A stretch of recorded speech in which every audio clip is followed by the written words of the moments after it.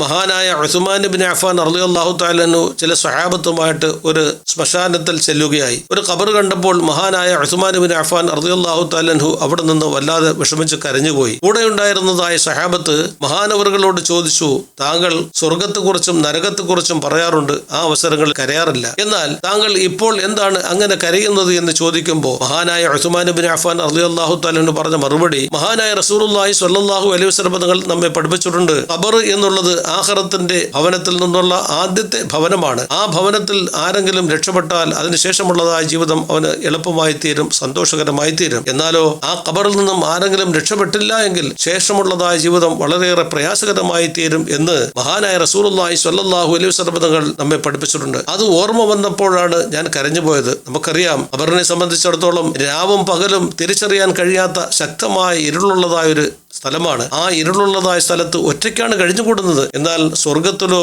അല്ലെങ്കിൽ നരകത്തിലോ ആകുമ്പോൾ ഒരാൾ ഒറ്റയ്ക്കായിരിക്കില്ലല്ലോ ഉണ്ടാകുക, ധാരാളം ആൾക്കാരുണ്ടാകും. അപ്പോൾ അവരിലേക്ക് നോക്കിക്കൊണ്ട് അല്പം ഒരു സമാധാനം കിട്ടിയേക്കാം എന്നൊരു ധാരണ ഒരു പക്ഷേ നമുക്കൊക്കെ ഉണ്ടാകും. എന്നാൽ ഖബറിനെ സംബന്ധിച്ചിടത്തോളം അതല്ല, ഒറ്റയ്ക്കുള്ളതായ ഒരു ജീവിതമാകുമ്പോൾ വളരെയേറെ പ്രയാസകരമായിരിക്കും. ആയതുകൊണ്ട് ഖബർ ജീവിതത്തെ നാം നന്നായിട്ട് പേടിക്കണം. ആ ഖബർ ജീവിതത്തിൽ സുരക്ഷിതമായ ഒരു ജീവിതം ഉണ്ടാകാൻ നമ്മുടെ ഭൗതികമായ ലോക ജീവിതത്തിൽ നാം ധാരാളം അമലുകൾ ചെയ്തുകൊണ്ട് അധ്വാനിക്കേണ്ടതുണ്ട്. അല്ലാഹു സുബ്ഹാനഹു വ തആല നന്മയിൽ അധിഷ്ഠിതമായ ജീവിതം നയിക്കാൻ തൗഫീഖ് നൽകി അനുഗ്രഹിക്കുമാറാകട്ടെ.